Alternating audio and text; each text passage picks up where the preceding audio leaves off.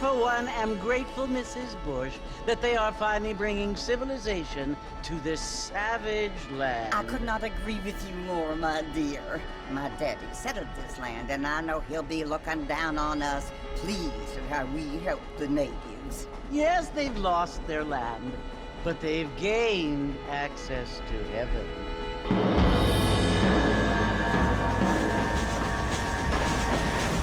But Father, do you mean unless an innocent receives communion, they're destined to go to hell? It hardly seems fair. What I mean to say, Jenny, is that there is a great deal of difference between an innocent and a savage. I never thought of it that way.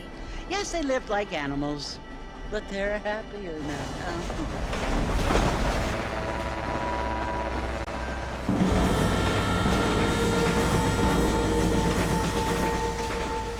Not only do people now have motor cars, Father, but I heard that pretty soon we will be able to fly. No, only angels can fly, Jenny. No, apparently people can fly. Didn't you hear? Out in Kansas, a man even got a car to fly. I hardly think so, Jenny.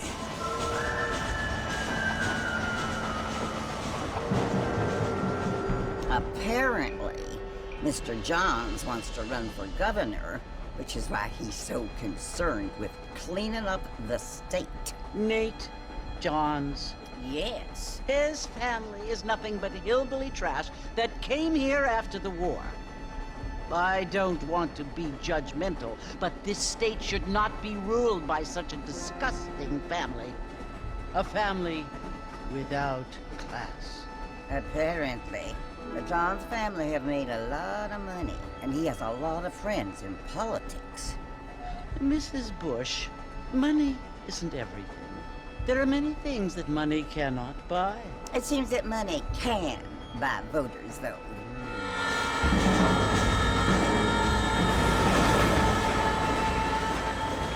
What you must remember, my dear, is that we have been brought here to spread the word.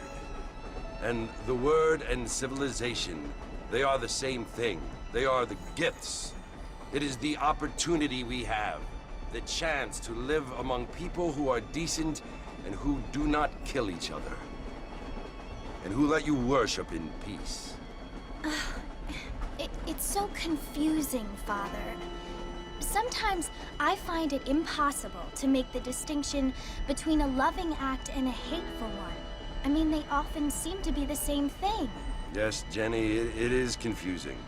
But you only have to ask me if you need help. Indeed. Well, here we are, Mrs. Bush. Armadillo.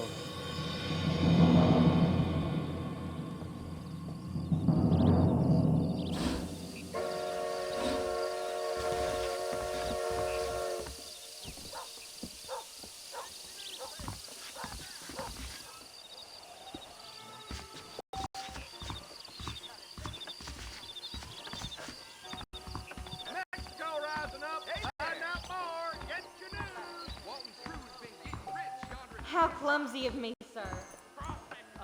Hello.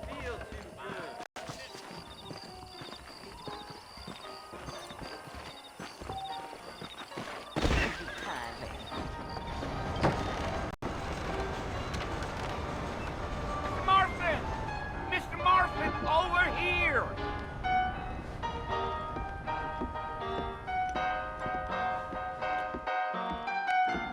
You must be John Marston. Sometimes. I'm Jake. Your friends from Blackwater hired me to guide you. They ain't my friends, but pleased to meet you, Jake. I got the horses saddled up and ready out front.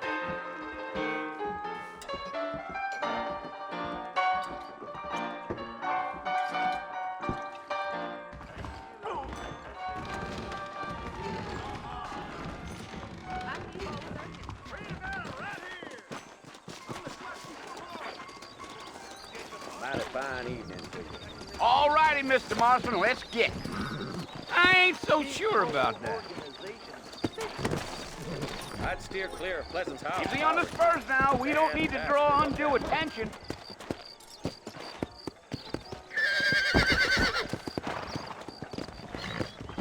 Come on!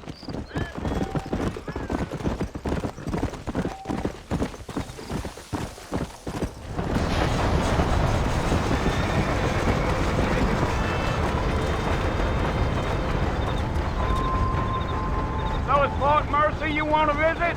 That's right. Ain't taking nobody up to the fort in a long time. Great place for a decent fella to want to visit, if you don't mind me saying. Who said I was a decent fella? It's been abandoned for years now. Folks say it was built during the Mexican War. What kinds of soldiers around back then? Why'd they leave? Well, I ain't entirely sure. I heard they had to go up north to fight Indians, or maybe they got tired of being soldiers and went looking for gold. You know how things is. So what are you doing up at the fort? I'm looking for an old friend. Well, like I said, you ain't gonna find many folk around those parts these days. Don't you do find about I mean, I ain't one to judge a man by the company he keeps, but... Well, he ain't been friends for a long time.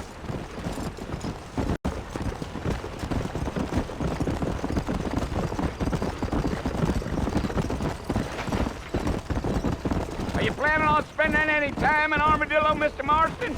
I doubt it. I ain't planning on staying very long. Well, if you're fixing for some female company, you can do a lot worse than Armadillo. Fine as cream gravy they are. Not like Steve Flanders. Dang, those girls ain't even fit for a drinking man to hold up with. I'm a married man, I'm afraid. Ain't we all? Let's go. Yeah, yeah.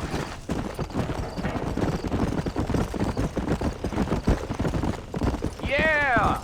Oh, it was the marshal who hired me. Lee Johnson. Do you know him? I think I heard his name. Says he got a telegram from some Blackwater big bugs asking for a guide. I guess it's none of my business. That's right. Go.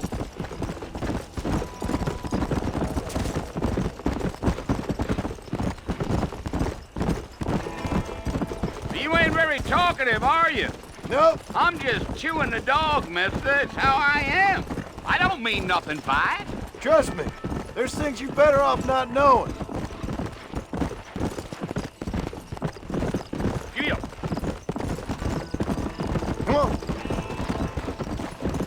Damn coyotes. What a waste of good meat. Yeah. Almost there, Mr. Marston. Just over this hill.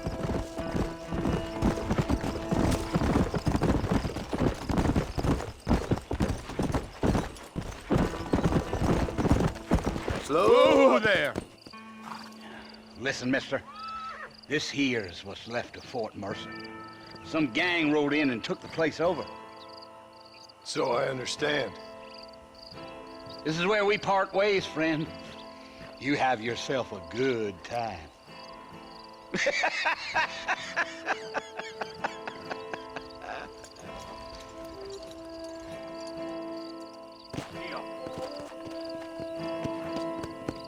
Come on.